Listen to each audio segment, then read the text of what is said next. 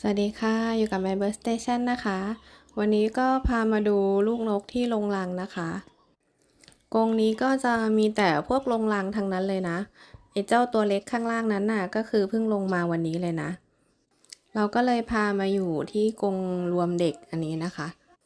ตัวที่ยืนคอนอยู่ข้างบนนั้นนะก็คือลงมาสักพักแล้วก็ตัวนี้ลงมา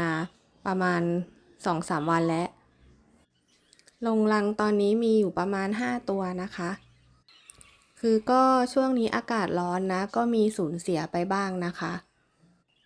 แม่จิกบ้างอะไรบ้างเงี้ยนะ